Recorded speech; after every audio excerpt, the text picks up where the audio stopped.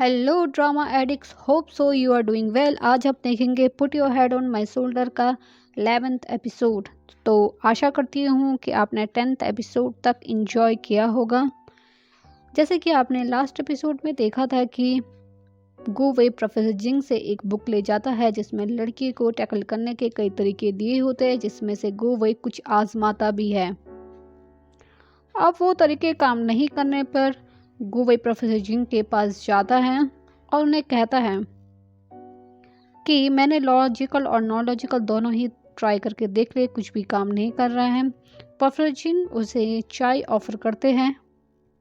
तब तक उनका दूसरा स्टूडेंट जिंगलू वहाँ पहुँच जाता है। वो प्रोफेसर चैंग से कहता है कि मुझे पता है कि आप उसे कुछ ट्रिक बता रहे हो, वरना ऐसे कैसे हो सकता है कि वो हर फील्ड में, एक्सपेरिमेंट में, कैलकुलेशन में मुझसे अच्छा है। प्रोफेसर जिंग उसे कहते हैं कि ऐसा कुछ नहीं है, हम किसी और चीज़ के बारे में बात कर रहे हैं, पर वो मानने को तैयार नहीं होता है। उसके बाद प्रोफेसर जिंग कहते हैं कि मैं ऐसा क्या करूं कि तुम मेरी बात मान लो। तो वो कहता है कि तुम इस किस बारे में बात कर रहे थे। तो प्रोफेसर जिंग बताता है कि मैंने कल इसे एक किताब दी थी जिससे वो लड़की को टैकल कर सके। इसके बाद उसका मेट कहता है कि मुझे भी वो बुक चाहिए। तो प्रोफेसर जिंग कहते हैं कि मेरे पास एक ही थी और वो बुक आउट ऑफ प्रिंट हो चुकी है। यहाँ पर उसका मेट जो है वो हट करने लगता है कि मुझे भी सेम ही बुक चाहिए। तो प्रोफेसर जिंग को याद आता है कि उनकी वाइफ के पास भी ऐसी एक बुक है। तो वो अपनी वाइफ को फ़ोन करते हैं और उस बुक को लाने को कहते हैं। उनकी वाइफ वो बुक लेकर आती है और कहती है कि तुमने, मुझे विश्वास नहीं हो रहा कि तुमने ये बुक मुझे लाने को कहा है। वो बुक लड़कों को टैकल करने के लिए रहती है। अब वो कहते हैं कि गो वे, तुम इतने मैच्योर हो, तुम इनकी बातों में कैसे सकते हो, ऐसे तरीक़ों से लड़की नहीं पटने वाली। वो आगे कहते हैं कि तुम लोग एक्सपेरिमेंट में ही अच्छे हो, तुम्हारे बस की कोई डेट करना नहीं है। उसके बाद वो पूछती है कि अगर तुम्हें लड़की पसंद हो तो तुम्हें क्या करना चाहिए। तो उसका मेट जवाब देता है कि, जिसका नाम जिंगलू है, वो जवाब देता है कि हमें उसे चीज़ करना चाहिए। फिर वो पूछती है कि अगर तुम्हें उसे दिल की बात बतानी हो तो क्या करना चाहिए। तो वो कहते हैं कि हमें उसे प्रपोज करना चाहिए। तो ये बात थोड़ी थोड़ी गो वे को समझ आती है कि हाँ, मुझे उसे बता देना चाहिए कि मैं उसे पसंद करता हूँ, पर कैसे बताया जाए। तो प्रोफेसर की वाइफ बताती है कि प्रोफेसर जिंग उन्हें चिट्ठी लिखा करते थे जिसमें वो काफ़ी पोयम लिखते थे, जिससे उनका दिल पिघल गया। वो गुवे को लव लेटर लिखने का सलाह देती है। अब गुवे को ये बात समझ आती है कि मुझे लव लेटर लिखना चाहिए, पर लिखना क्या है। उसके बाद गुवे घर जाता है और काफ़ी लव लेटर लिखने की कोशिश करता है। उसे कुछ समझ नहीं आता। वो प्रोफेसर जिंग की बात याद करता है कि उन्होंने तो पोयम लिखी थी, पर मैं तो पोयम भी नहीं लिख सकता।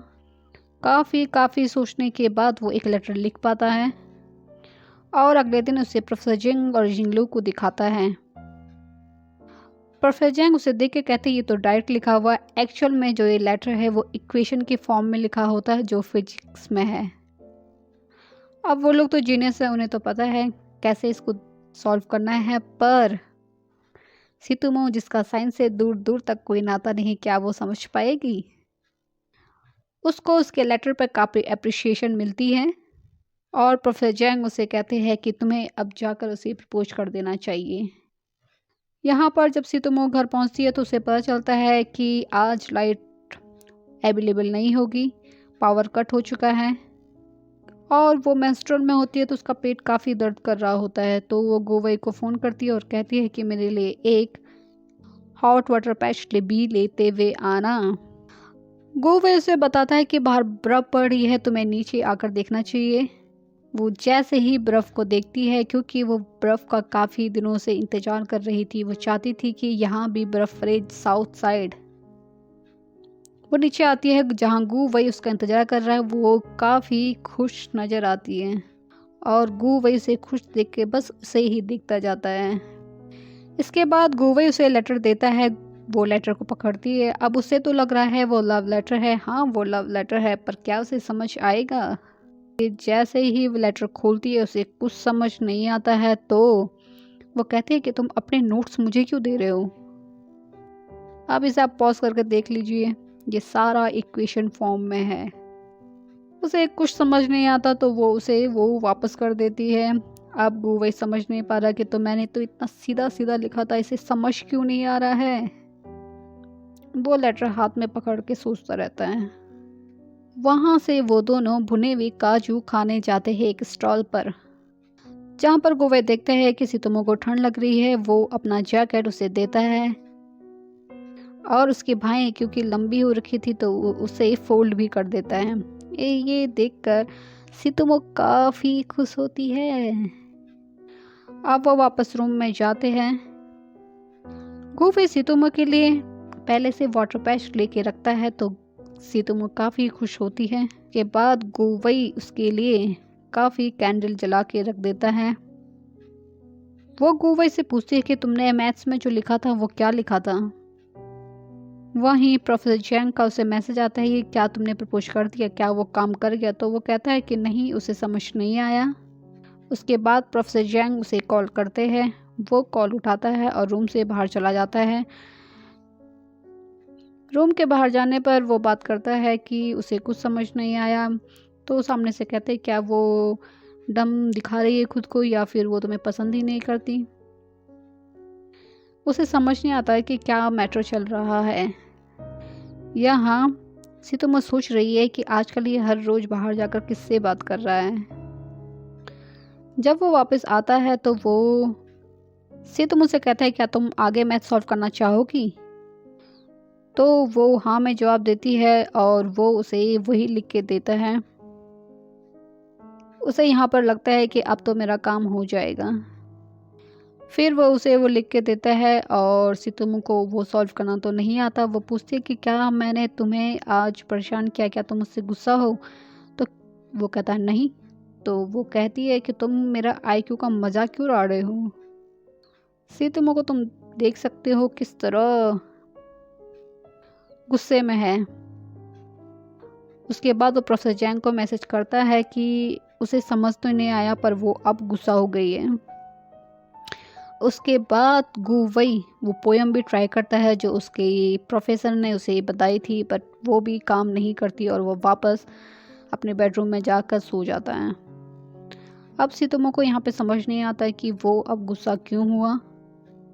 ये जो स्टेज चल रही है ना, ये काफ़ी कंफ्यूजन भरी है। सामने वाला क्या सोच रहा है कुछ समझ नहीं आता। ये सीधा सीधा बोल क्यों नहीं देते, घुमा फिरा क्यों रहे हो। रात को गुवई को नींद नहीं आ रही है। वो उठता है और नीचे जाता है। नीचे बर्फ लगभग हल्की सी जम चुकी है। वो उस ठंडे में सितुमो के लिए एक प्यारा सा स्नोमैन बनाता है और उसे रेफ्रिजरेटर में रख देता है। अगले दिन जब वो लैब जाता है तो जू यूइन भी वापस आ चुकी है। जू यूइन की तबीयत ख़राब थी तो वो उसके बाद अपनी सिक लीव के बाद वापस आई है। यहाँ पर गुवई को पता चलता है कि उसकी तबीयत आज ठीक नहीं है और उसके बाद वो लैब में सो जाता है। उसे लगता है कि कुछ देर वो आराम करेगा तो फिर वो ठीक हो जाएगा। वहीं दूसरी तरफ फ्यूपे को दिखाया जाता है जो गेम खेलते हुए काफ़ी एग्रेसिव है क्योंकि वो अपने इमोशन को कंट्रोल नहीं कर पा रहा है और उसे गुस्सा निकालने के लिए कोई मिल नहीं रहा है तो सारा गुस्सा गेम पर निकाल रहा है। गुवई घर आता है और मेडिसिन लेकर रेस्ट करता है। वहीं सितुमो की बॉस लीना सितुमो को बहुत सारे जूस टेस्ट करने को देती है। जब वो उन्हें घर ला रही होती है तो रास्ते में रेस्ट करते हुए वो गुवई को फ़ोन करती है और यहाँ पर उसे पता चलता है कि गुवई की तबीयत ठीक नहीं है, वो घर पर है। तो वो कहती है कि मैं तुम्हारे लिए मेडिसिन लेकर आती हूँ। अब गुवई के पास मेडिसिन तो थी पर वो बोलता है कि सितुमो को कि मेरे पास मेडिसिन अवेलेबल नहीं है। यहाँ पर वो चाहता है कि सितुमो उसकी देखभाल करे। जब डोरबेल बजती है गुवई बाहर जाता है कि उसे लगता है कि सितुमो आ गई, पर उसकी सीनियर जू ल्यूलिन वहाँ पर आती है और वो उसे पूछता है कि तुम्हें मेरे घर का एड्रेस किसने दिया। तब वो बताती है कि उसने जिंगलू से ले लिया था। उसके कुछ देर बाद सितुमो भी आ जाती है। सितुमो उसकी सीनियर को देख के काफ़ी अपसेट होती है। उन्हें कुछ एक्सपेरिमेंट से रिलेटेड काम होता है तो वो करने लग जाते हैं। अब गुवई की सीनियर भी उसे पसंद करने लगी है। ये बात सितोमो को भी पता लगने लग गई है, तो वो काफ़ी जेलस फील करती है। जब गुवई सारे जूस को फ्रिज में रखने में सितोमो की हेल्प कर रहा होता है, तो उसे ध्यान आता है कि उसने फ्रिज में स्नोमैन बना के रखा था। वो उससे कहता है कि क्यों ना तुम इसको फ्रीजर में रखो, पर जब वो फ्रीजर देखती है तो पावर कट होने की वजह से सारा स्नोमैन मेल्ट हो चुका होता है। ये देखकर गुवे काफ़ी डिसअपॉइंट होता है। इधर लाइब्रेरी में फ्यूपाई और वोंगशिन सीईटी टेस्ट 4 की तैयारी कर रहे हैं। सितोमो वोंगशिन को कॉल करती है, उसे कहती है कि उसे सूप बनाना है क्योंकि गुवे की तबीयत ठीक नहीं है, तो उसे वो बनाने की विधि बताती है। अब जब वो वापस आती है तो वो फ्यूपाई से कहती है कि सोने के ड्रामे मत करो, तुम्हें पता है मैं किससे बात कर रही थी, गुवे की तबीयत ठीक नहीं है, क्या तुम उसे मिलने नहीं आओगे? तो फ्यूपाई कहता है कि नहीं, मुझे उससे नहीं मिलना है। उसके बाद वोंगशिन पूछते हैं कि क्या तुमने मैटर शॉर्ट आउट नहीं किया, तो वो कहता है कि वो मुझसे तो बात ही नहीं करना चाहती।